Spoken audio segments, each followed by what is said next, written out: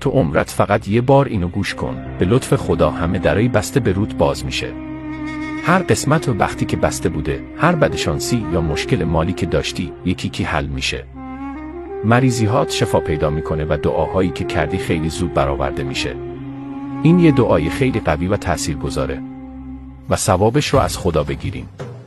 حسبنا الله و نعم الوکیل. رب افتار بیننا و بین قومنا بالحق و انت خیر الفاتحین. ربنا آتنا من لدنک رحمة و هیئ لنا من امرنا راشدا. آمین. اگه این دعا رو با من خوندی، یه آمین بنویس و برای کسی که دوستش داری بفرست. یادت باشه، هر کی وسیله خیر بشه، انگار خودش هم اون کار خیر رو انجام داده. برای قوی ترین و بهترین دعاها، صفحه مسلم مدیا رو دنبال کن داداش خواهر عزیزم.